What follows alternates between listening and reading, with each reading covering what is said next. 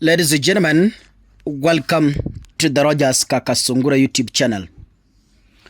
I did an analysis about why I think Raila Odinga has officially been handed over the position of the Prime Minister as they await to formalize it in the National Assembly, which is set to happen in a few days to come. I am not 100% right. I might be wrong because myself, I use what I see to make an analysis. So when I say Raila has become the Prime Minister, it is from what I saw today and from what Ruto spoke and Kindiki. But let me convince you further in this particular video. Some of you have called me. A number of people have called me in this platform to ask me for further details. But let me expound and give you 3 points, 3 strong points that will stamp authority on my earlier analysis, why I so believe that Raila has done a power sharing agreement with William Samoei Ruto. Number 1, let us look at the protocol today. Protocol demands that it is the deputy president who welcomes the president to close the meeting in any presidential function. That is what the protocol demands. Unless the president takes over the podium and decides to break protocol and invite his friend Raila to make remarks like Uhuru used to do during his tenure. But for this one, it is an organized presidential protocol. When one becomes a prime minister, he becomes, in quotes, a co-president, because the power sharing gives a ceremonial president and a prime minister, just like 2008.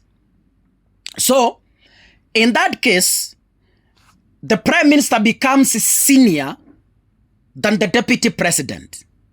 That is why when Kindiki took over the podium, he had to speak and say, I want to welcome the two of you to make remarks. And without much ado, I want to welcome the Prime Minister, Raila Odinga, and thereafter, he will welcome the president to make the final remarks. So, number 1 factor that is able to convince you kwamba hii serikali imeenda is the protocol that was followed today in Mombasa. That's number 1. Number 2, I want you to look at this photo. What do you see in that photo? You see Raila Odinga, you see William Ruto, and you see Kimani Ichung'wah, Ruto's confidant, at the far end. But on the table, there is an official file. Official government file. Ruto was not expected to sign an executive order from Mombasa because it has not been announced by the government. It has not been announced on media. But hiyo file inafanya nini kwa meza? That is a document that outlines the power sharing agreement. That is evidence number 2 to convince you that this guy sat, drafted, finished, and said, let's send a signal by first addressing Raila Odinga as the Prime Minister. Mambo ya katiba usiniulize kwa sababu I have another video that will extensively explain how Raila Odinga is going to be incorporated in the Constitution. It is not a ceremonial title as you think. It is something that is going to be officially included in the Constitution of the Republic of Kenya.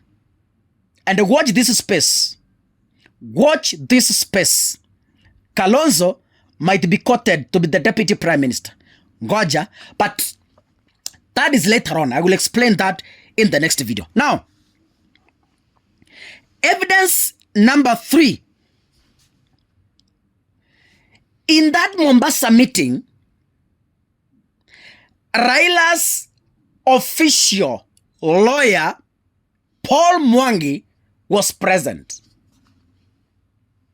They even took a photo with Raila Odinga and William Ruto. Paul Mwangi is at the center of the two gentlemen. That tells you what? A mediator.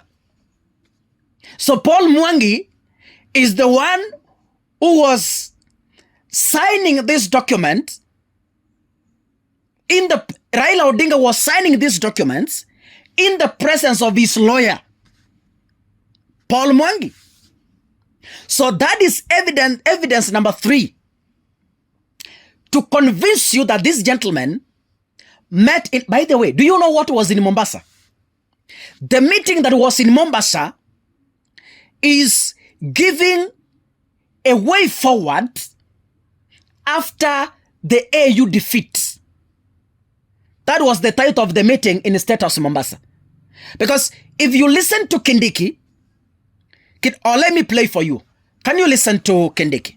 And today, Africa knows that Kenya is a strong nation and Kenya has a big contribution to make for the success of Africa.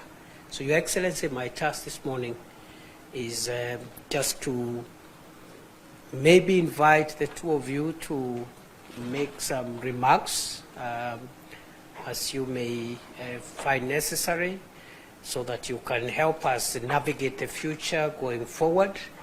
And without much ado, I want to invite the Prime Minister to make a few comments, and after he finishes, he can invite you to make your comments, Your Excellency. So Kindiki is confirming that the meeting in Nairobi was to give, remember Raila was in Dubai. Raila came all the way from Dubai to Mombasa. It was an urgent call.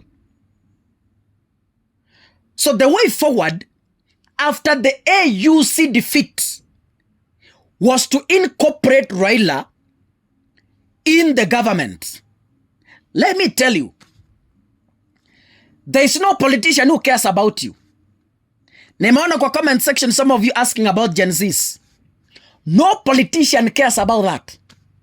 As long as, and I've repeated this severally, as long as the political interest has been met, Mwananchi comes number 4.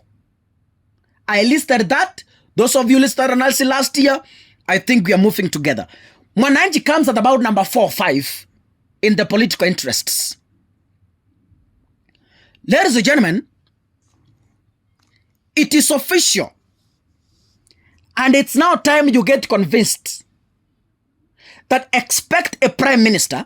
You know, Ruto is a cunning president. And I've told you this severally.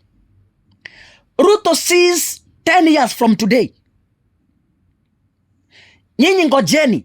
Ruto is working so hard to neutralize Rigathi Gachagua by tapping in those people who Rigathi is using, because Rigathi is not contesting. Just wait. Kalonzo is going to be brought on board. Eugene Wamalwa is going to be brought on board. And if it all demands, Ruto will even use all means humanly possible to snatch Matiang'i. Just wait. It is all about political interest and nothing more. If you think you matter, then you are lost. If you think Gen Zs matter, you are lost. If you think the cost of living matters, then you are wrong. If you think the cost of fuel per liter matters, then you should be in another country, not Kenya. God bless you, ladies and gentlemen. See you in the next episode.